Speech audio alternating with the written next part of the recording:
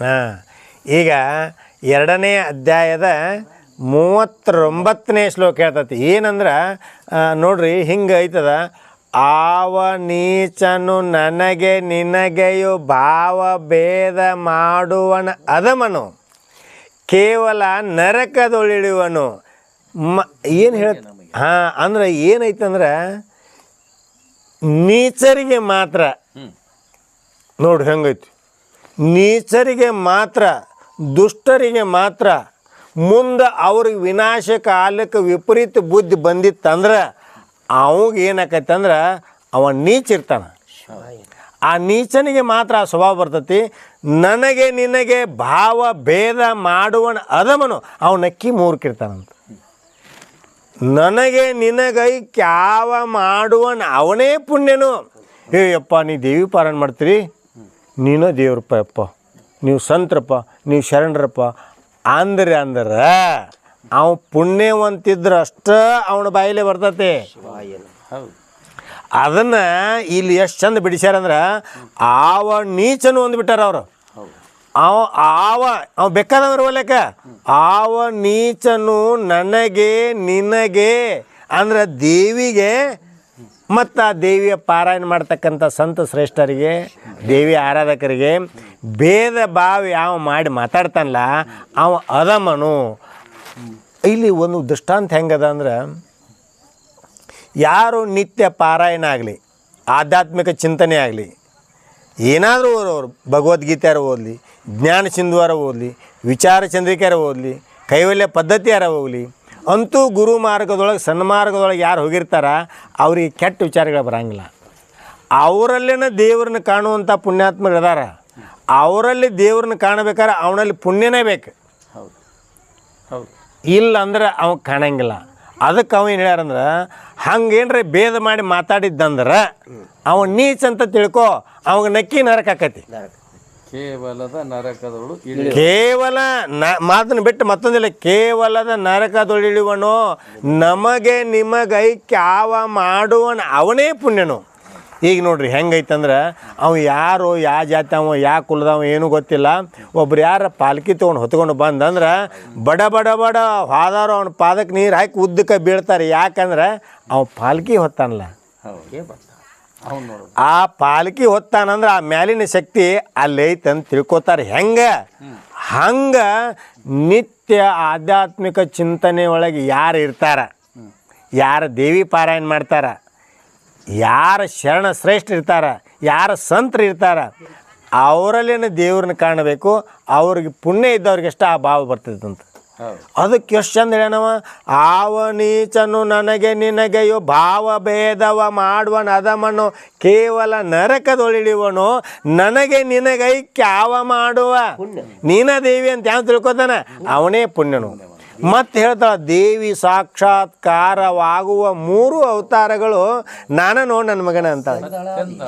ಇದು ಸತ್ಯ ಅಂತ, ಬರೀ ಹಂಗೆ ಹೇಳಿಲ್ಲ, ಇದು ಸತ್ಯ ಅಂತ. ಪ್ರಮಾಣ ಅಂದ್ರೆ ಆಣಿ ಮಾಡಿ ಹೇಳ ಗ್ರಂಥಕರ್ತರು. ಇದು 39. 40ನೇದು ಏನು ಹೇಳ್ತೈತಿ ನೋಡ್ರಿ, ಹೇಳ್ತೈತಿ. ಮತ್ತು ಅಷ್ಟ ಅಲ್ಲ, ನಿಮ್ಮ ಭಜನೆಯೇ ನನ್ನ ಭಜನೆ. 2ನೇ ಅಧ್ಯಾಯದ 40ನೇ ಶ್ಲೋಕ ಎಷ್ಟು ಚಂದ ಹೇಳ್ತೈತೆ ಅಂದ್ರೆ ನೋಡಿ, ಯಾರಾದರೂ ಅದಕ್ಕೆ ಅಂದ್ರೆ ನೋಡ್ರಿ, ಅದಕ್ಕೆ ಅಂದರು ಗುರುನ ಬ್ರಹ್ಮ, ಗುರುನ ವಿಷ್ಣು, ಗುರುನ ಮಹೇಶ್ವರ, ಗುರು ಸಾಕ್ಷಾತ್ ಪರಬ್ರಹ್ಮ, ತಸ್ಮೈ ಶ್ರೀ ಗುರುವೇ ನಮೋ ನಮಃ ಅಂತ ಯಾಕಂತಾರಂದ್ರೆ ಗುರುವಿಗೆ ಅಷ್ಟು ಮಹತ್ವ ಐತೆ ಅಲ್ಲಿ. ಎಲ್ಲ ರೂಪ ನಾವ, ತಂದೆ ನೀನು, ತಾಯಿನೂ ನೀನ, ಬಂಧು ನೀನ, ಬಳಗನು ನೀನ, ಶತ್ರುಗಳು ಮತ್ತು ನೀನ. ಆಕೆ ಹೇಳಲ್ಲ ಸೂತ್ರದಾರ ಮೇಲೆ ನಾನು ಅದೇನೆ, ನೀವು ಪಾತ್ರ ಮಾಡೋದಷ್ಟ ಅಂತ ಹೇಳಲ್ಲ. ಅದು ಎಷ್ಟು ಗಂಭೀರ ಐತೆ ಅಂದ್ರೆ ಹಿಂಗೈತೆ. ಅದಕ್ಕೆ ಹೇಳ್ತಾಳ, ನಿಮ್ಮ ಭಜನೆಯನ್ನು ಯಾರು ಮಾಡ್ತಾರಲ್ಲ, ನಿಮ್ಮ ನಾಮಸ್ಮರಣೆ ಯಾರು ಮಾಡ್ತಾರಲ್ಲ, ಗುರುವಿನ ನಾಮಸ್ಮರಣೆ, ನನ್ನ ನಾಮಸ್ಮರಣೆ ಯಾಕೈತೆ ಅಂತ ಹೇಳ್ತಾಳಕ್ಕೆ. ನಿಮ್ಮ ಭಜನೆ ಎನ್ನ ಭಜನೆ, ನಿಮ್ಮ ಸ್ತುತಿ ಎನ್ನ ಸ್ತುತಿಯು, ಅಷ್ಟೇ ಅಲ್ಲ ನಿಮ್ಮ ಮೂರ್ತಿಯೇ ನನ್ನ ಮೂರ್ತಿಯು. ಅದಕ್ಕೆ ಹೆಂಗೆ ಹೇಳ್ತಂದ್ರೆ, ನಿಮ್ಮ ಗುರುವಿನ ಮೂರ್ತಿ ಇಟ್ಟು ಯಾರು ಪೂಜೆ ಮಾಡ್ತಾರೆ. ಈಗ ನಾವು ಗುರುಪದೇಶ ತೊಗೊಂಡವರು ಫೋಟೋ ಇಟ್ಕೊಂಡು ಲಿಂಗ ಪೂಜೆ ಮಾಡ್ಕೊಂಡು ಜಪ ಮಾಡ್ತೀವಲ್ಲ, ಆ ಗುರುವಿನ ಅತ್ಯಂತ ಭಯಭರಿತ ಭಕ್ತಿಯಿಂದ ಗುರುನಾಮ ಸ್ಮರಣೆ ಮಾಡಿದ್ರೆ ಅಕ್ಕಿ ಹೇಳ್ತಾಳ ನನ್ನ ಸೇವೆ ಮಾಡಿದಂಗಂತ. ನಿಮ್ಮ ಮೂರ್ತಿನ ನನ್ನ ಮೂರ್ತಿ ಅಂತ ಮತ್ತೆ ಹೇಳ್ತಾಳು, ನಿಂತ ನೋಡಿದರೆ ನೀವೇ ನಾ ನಿಜವೆಂದಳಾದೇವಿ. ಹಂಗೆ ಭಾಳ ಚಂದ ತೀಕ್ಷ್ಣ ದೃಷ್ಟಿಯಿಂದ ಜ್ಞಾನ ದೃಷ್ಟಿಯಿಂದ ನೋಡಿದ್ರೆ ನೀವ ನಾ ಅಂತ.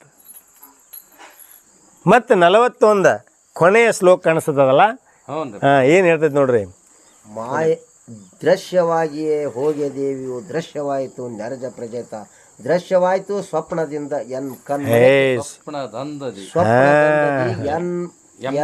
ಕಣ್ಮನಕ್ಕೆ ದೃಶ್ಯವಾಯಿತು ದೇವಿ ಕಂಡದು ಶಾಶ್ವತದಿಂದ ಮೂವರು ಉಳಿದೆವು ವಿಸ್ಮಯದ ನೆನೆದವು ಚಿದಾನಂದಾತ್ಮ ಗುರುವರಣ. ಹಿಂಗ ದೃಶ್ಯವಾಯಿತು ನೆರೆದ ಪ್ರಜತ.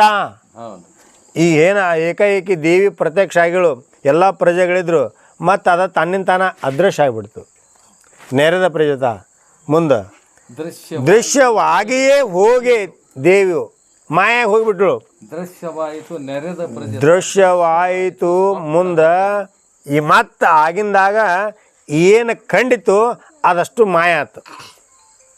ನೆರೆದ ಪ್ರಜತ ಶಾಶ್ವತದಿ ನಾವು ಮೂವರು ಉಳಿದೆವು ಬಸವ ಕೇಳೆಂದ.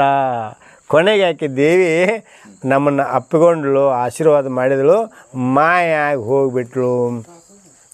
ಇತಿ ಶ್ರೀಮತ್ ಪರಮಹಂಸ ಪರಿವ್ರಾಜಕಾಚಾರ್ಯ ಶ್ರೀ ಚಿದಾನಂದ ಗುರುವರೇ ಚರಣ ಪದ್ಮದ್ವಿರೇಪ ಶ್ರೀ ಚಿದಾನಂದಾವಧೂತ ವಿರಚಿತ ಪಾರ್ವತಿ ಮಹಾತ್ಮೆಯೋಳ್ ತ್ರಿಮೂರ್ತಿ ವರೋನಾಮ ಅಂದ್ರೆ 3 ಮಂದಿಗೆ ಬ್ರಹ್ಮ ವಿಷ್ಣು ಮಹೇಶ್ವರರಿಗೆ ವರೋನಾಮ ಅಂದ್ರೆ ವರವನ್ನು ಕೊಟ್ಟಿರ್ತಕ್ಕಂಥ ಹೆಸರಿನಿಂದಿರ್ತಕ್ಕಂಥ ಅಧ್ಯಾಯ 2ನೇ ಅಧ್ಯಾಯ ವರಪ್ರದಾನ. ತ್ರಿಮೂರ್ತಿ ವರಪ್ರದಾನೋ ನಾಮ ದ್ವಿತೀಯ ಅಧ್ಯಾಯ ಸಂಪೂರ್ಣಂ. ಜಯ ಮಂಗಲಂ ಜಯ ನಮಃ ಪಾರ್ವತಿ ಶಿವ ಹರ ಹರ ಮಹಾದೇವ.